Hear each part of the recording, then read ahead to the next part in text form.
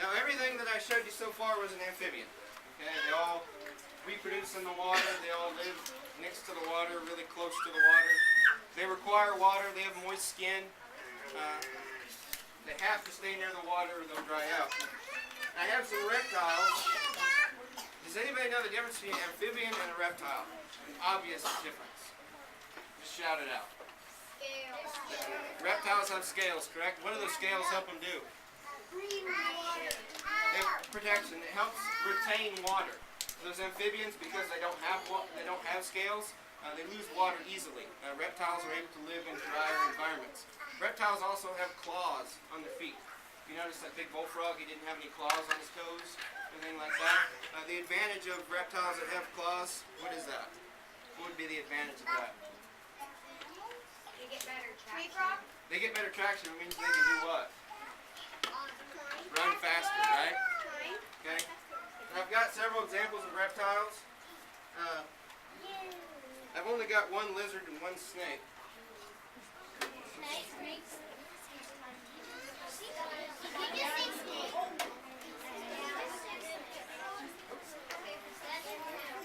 Now, I caught this lizard this morning, and this is a common lizard in southwest Kansas. It's a collared lizard. Okay, does anybody want to take a guess on why they call it a collared lizard? Just by looking at it. You see those rings on the back of its neck? Looks like it's wearing has a shirt collar on. Okay, that's a key identifying factor.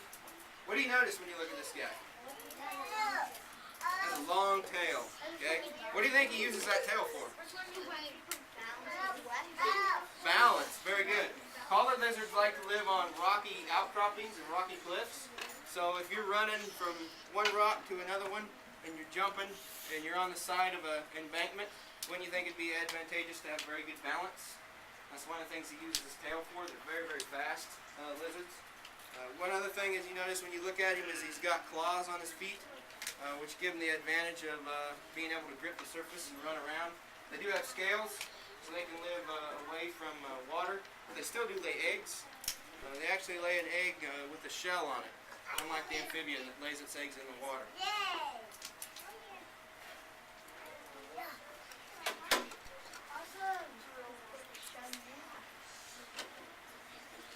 Another example of a reptile is a turtle.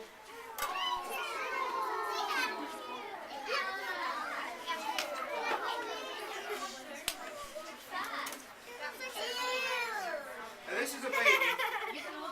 This is a hatchling. It's a water turtle. That's why I had it in water. It's a red ear slider, and if it would stick its head out just a little bit, you can see right behind its head it's got a little red patch. That's not really its ear. That's just what the name, that's what they called it at first, and the name kind of stuck. They're a basking turtle, and because they're a water turtle, you notice he can't stick his head and legs all the way inside his shell. One of the reasons for that, how many of you ever seen a box turtle? And you've probably seen them cross the road, you've caught one, turtle races, whatever. You notice they can go all the way inside.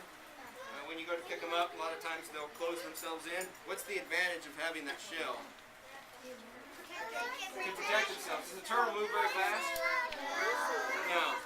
Okay, so if you don't move very fast, it's kind of nice to have somewhere you can hide that you carry around with yourself. The water turtle, on the other hand, doesn't have that advantage. It can't go all the way inside. So what do you think it uses as an escape mechanism? Swimming. It lives near the water, so it goes into the water to get away. Now this is a baby, and I have another example, just a larger one.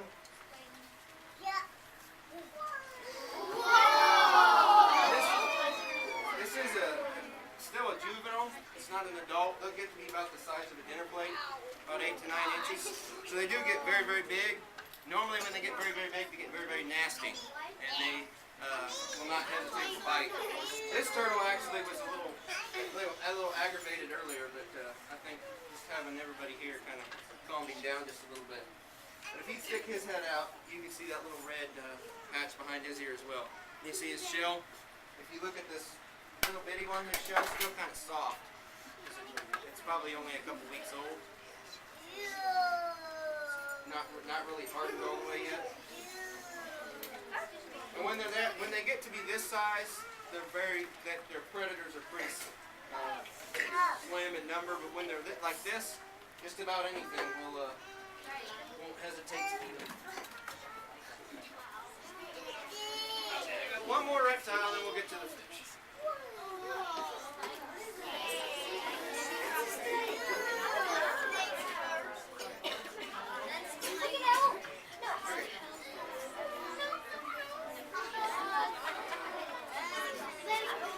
Yeah, everybody be quiet. Unfortunately, I don't have a bigger snake today. I just have this. This is a young, probably a hatchling last year. This is a common snake that you'll find out here. It gets killed a lot just because of the way that it acts. It is not a venomous snake. It is a harmless snake. They will never bite. Okay? It's a hognose snake. Have you ever heard of a hognose? Okay? Now, okay, the reason they call it a hognose is if you look at its head, right at the tip of its nose, it has a scale that points upwards. It kind of looks like the nose of a pig, and it uses it in the same manner. It uses that scale on the front of its head to dig in the sand. Now, the hognose, the eastern, which is what this one is, has a diet of strictly only frogs and toads. It will not eat anything else, which makes it extremely hard to keep in captivity because it's very hard to go out and catch little frogs and little toads for it to eat. One of the things that this snake will do is it will play dead when you go to pick it up. This one doesn't anymore because I've had it for a couple weeks, so it's kind of gotten used to being handled. Another thing that it does, and I could probably piss it off just a little bit. If you notice, it's not, it doesn't like it when you pinch it, so I just kind of, okay, if you notice, see how it's flaring out his head got bigger?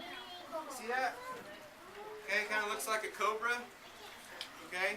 And one of the things you'll notice with animals is that when they're really small, and they really don't have any other way to defend themselves, a lot of times they'll make themselves look bigger. You see he's kind of making his head stand up. Okay, he flares out the side of his head, makes himself look bigger, and he looks more intimidating that way. And they will also hiss really loudly to scare away things. But actually he won't bite. He doesn't like that I'm holding him like that, but he won't even bite. And the interesting thing about hognoses is their fangs, they're called rear fang snakes. Their fangs actually point the opposite direction. And so even if it did open its mouth, their fangs would never touch you. And the reason for that is because of what they eat. What did I say that they eat? Frogs and toads. Okay? Now, I brought out this toad before. Okay? An adaptation of toads is they will actually gulp air when they feel threatened and make themselves bigger. You see how fat he is? See how the sides of them are kind of swelled up? Okay? Those snakes, those hognoses, have those rear fangs. What do you think they use those fangs for? To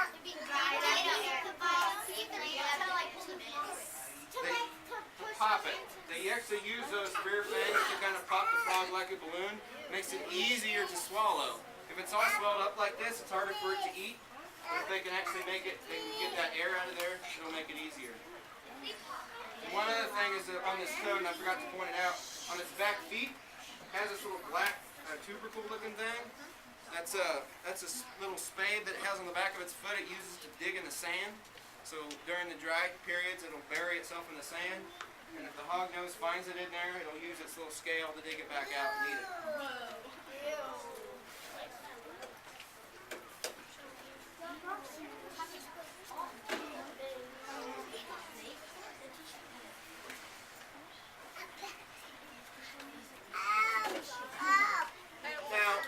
Raise any of these things in the fish hatchery. These are all wild animals, all things that went out in the pot. What do you think we raise in the fish hatchery? Fish. Okay. We actually raise sport fish. Does anybody know? Give me an example of a sport fish.